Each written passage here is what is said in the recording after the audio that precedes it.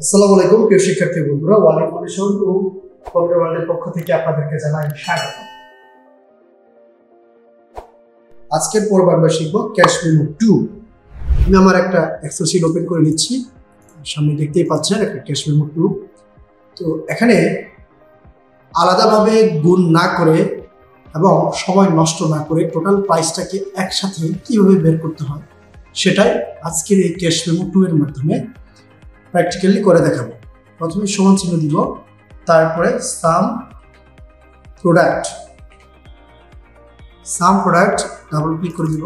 এখন প্রথমে একটা এরে সিলেক্ট করতে হবে, ইউনিট প্রাইস কলামের এরেটা সিলেক্ট করলাম, তারপরে কমা, এবার এরে টু সিলেক্ট করব কোয়ান্টিটি।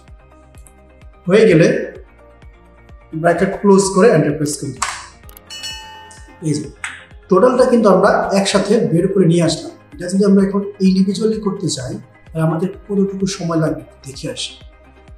প্রথমে সিলেক্ট করলাম একটা সেল, সমান চিহ্ন দিলাম, ইউনিট প্রাইস সিলেক্ট করলাম, গুণ করলাম আর কোয়ান্টিটি নিলাম, তারপরে এন্টার প্রেস করলাম। আবার এই টোটালটাকে আবার ড্র্যাগ করে বের করতে হবে বাকিদের জন্য। আবার এই টোটালকে আবার যোগ করতে হবে, এর জন্য আবার সাম। দেখেন আমাদের কিন্তু অনেক প্রসেসের মাধ্যমে এই টোটাল প্রাইসটা বের করলাম। যদি আমরা সাম প্রোডাক্ট ইউজ করি তাহলে অল্প সময়ের মধ্যে টোটাল প্রাইসটা আমরা মুহূর্তের মধ্যে বের করে দিতে পারি এবং বের করে ফেলতে পারি।